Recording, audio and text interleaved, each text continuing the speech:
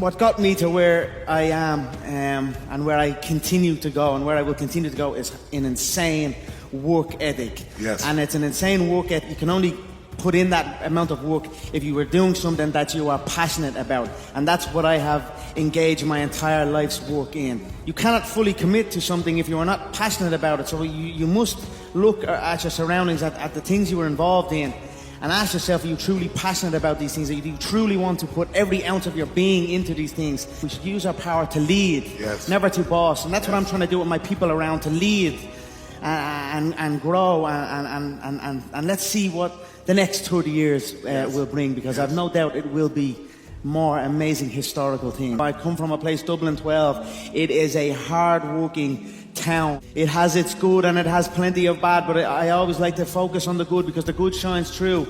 But where I come from, we're not supposed to climb to these heights. We're told that. It's instilled in us.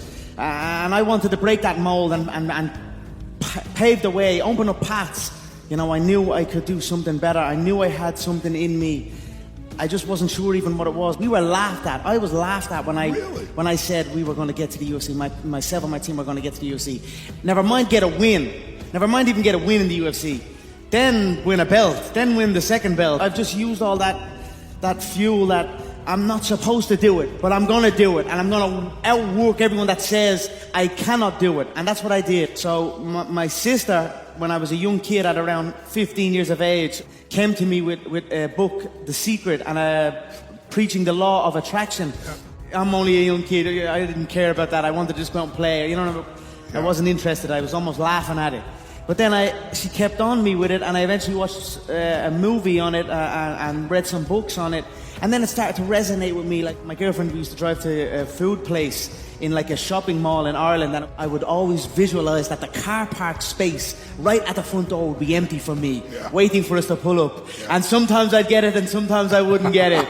You know, but when I got it, I'd celebrate it like I just won my double world title. I became so damn good at it that I was able to go into bouts against undefeated fighters for not defeated for over 10 years, or, you know, people with insane fighting legacies. And I was able to go in front of the world and tell the world, I'm going to knock this man out with this exact shot at this exact time. I want what's mine, and that's what I'm going to get what I deserve. See, I was visualizing before I even knew about it. Obviously, soccer is huge in Ireland and the UK, and it was my first love, most certainly. I used to sneak out of the house late at night. I'd take the football out and play on the grass patch on my own, and I would kick the ball against the wall. And when I kicked the ball against the wall, I would imagine it was a goal, the goal net, and I scored a goal, and I would run off. And I would visualize a screaming arena cheering me on. And I ended up in a similar one, so it all worked out, and it was all true visualization. So many times I was laughed at and not believed in, but you know what? Nothing external can defeat the internal. The only thing that can take someone down or break you down is internal. Nothing external is strong enough. It's just about making sure your internal dialogue and your internal belief in yourself is strong enough that it can withstand the external. So I'm trying to continue to learn. It's a daily occurrence not to let that external infiltrate my internal. And that's what I'm trying to do right now. Who am I? I know who I am. I am an Irish animal, a proper Irish animal. I put my people on, I put my nation on the map. Although we are known as the Fighting Irish, in boxing terms, we have a rich history in boxing, but not in mixed martial arts. True fighting, a full fight. We had zero history, zero impact. You know, for so long, like in my mid to late 20s, when I started to acquire wealth and acquire money, I was fascinated with materialistic things. I would buy myself cars, watches, but I switched off of that now. It's like I realized I was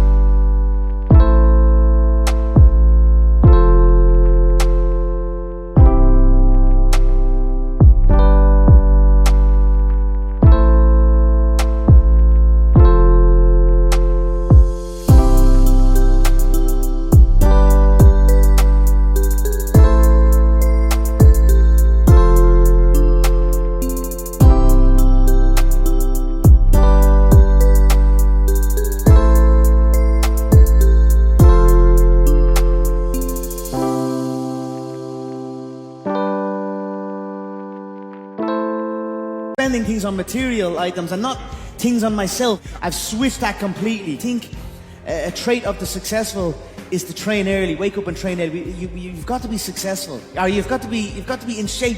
Yes. To be, you've got to be in shape physically to be in shape mentally. Yes. They go hand in hand. I actually realized that first when I read it on LeBron James. He spent $1.5 million a year annually on himself. I spent zero. If you're in a game, make sure you're in it all the way, all in with it, and then that game will be your game. What got me into combat sport originally was as I grew older and began venturing outside my home and outside my estate. Again, like I said, Dublin 12, it's a wild out town. You've got to be able to fight. You've got to be able to defend yourself. You truly know yourself, you can know others. So I know what way I feel. I know what way that man feels. I know what I can say to push his buttons. I know what he's thinking. I know what he's afraid of. I know his worries, and I put them under the spotlight. No matter what was going on in my life and getting involved with the wrong crowd and all, I always, no matter what was going on, some deep situations, I always had the belief that I was going to...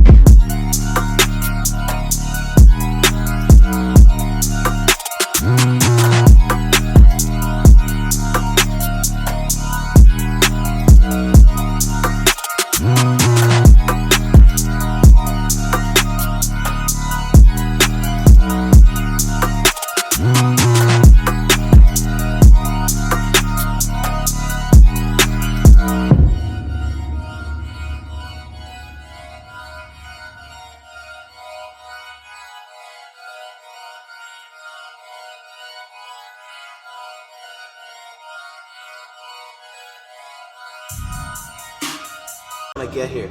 I was going to get to the UFC. In training, you're going to have emotions, like maybe it might not be your day, and you start over exerting energy on things, and it never helps. So just over the years, I've just learned to just be empty. Basically, just be empty in there, empty of thought, empty of emotion, empty of anything, and just trust your reaction. I've been making history for a long time now. I was the first Irishman to win a world title for Cage Warriors. Right.